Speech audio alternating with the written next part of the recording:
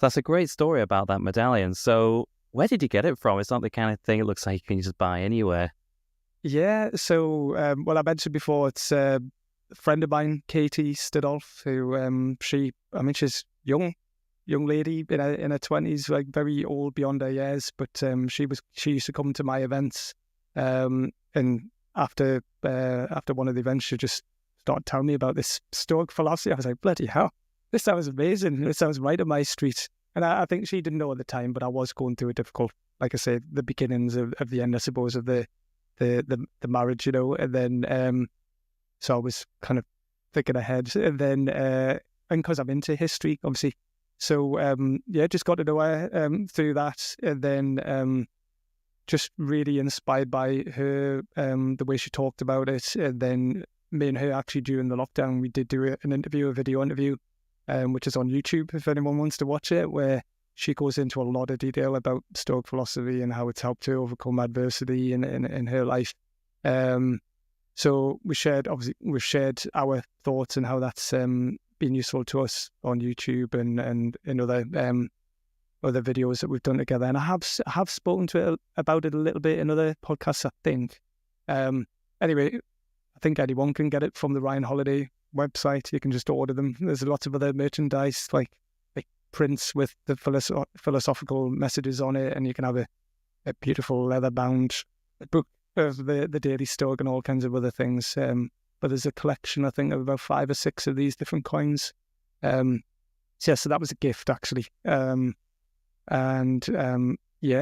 mentioned before, I sometimes do some coaching, some one-to-one coaching, and that coaching that I do seem to have hit on a bit of a niche where it's business owners, solo business owners often, or small business owners who are amazing, awesome at what they do. They're just a bit stuck, and they've maybe lost the mojo, or they feel a bit overwhelmed, and they've got a lot on their plate. And then so I'm through the coaching. It's like a 5-day program, 1 hour a day over 5 days, 5-star focus program. And the first session that we do is all about getting them to tell me like why they started their own business, what their inspiration was, what they were hoping to achieve, and where they're at now, what's getting in the way. And I usually do talk about this and this approach. And the rest of the week is all about getting them to see a different way and pivot. So it's been useful in ways I didn't think it would be. No, it's good because it's a base, it's like a foundation for them to start on, because it's great that she sort of shared that with you at a time when you were kind of looking for a different way and you needed a different direction. So it's more than just carrying an object around in your wallet.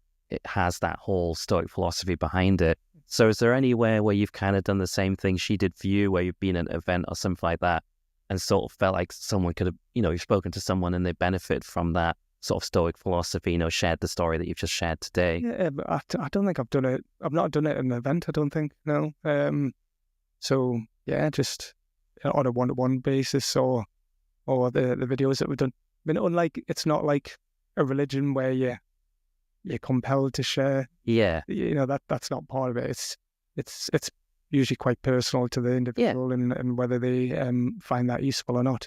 But I like to think of myself as a spiritual Stoic because I'm quite, I don't know, I'm not necessarily like the secret. A lot of people talk about that, but I do believe in there's a guy called Mike Dooley who's written some great books, and one of them again that I was reading around about the time is called Infinite Possibilities, and that's a lot about how thoughts. Well, his phrase is thoughts become things. So be careful what thoughts you have, because if you think positively, and if you imagine this future sort of reality, that's not enough just to think about it. You have to follow it up with real world action. But you can manifest your own reality in your own life and your own success as long as you follow up with what you said you're going to do. So anyway, I like that the spiritual aspect of believing in something, but then at the same time being quite very practical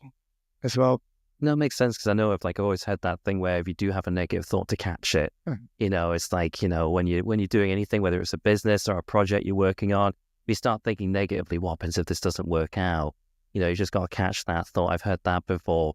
Because sometimes you do have to think positively. Sometimes there might be things going on in your life that you can't control. But to have just something like this to hook on to, just to give you that option, maybe there's another way. Maybe there's something maybe there's something I've overlooked. I've not realized there's another option. Maybe I need to make a change in my job, or just how I approach my job or my life or whatever. It's just taking those opportunities, and something like this gives you a good foundation. So when you are starting like a business, you may be not sure, maybe things won't work out. You can't think that way. You've sometimes just got to do it. And if things go not to plan, then find that other way where it works out. It sounds like it's a good philosophy to start with. Yeah, I think you've got to be optimistic, and you've got to believe in what you're doing when you're starting your own business or being entrepreneurial. Otherwise, it won't work.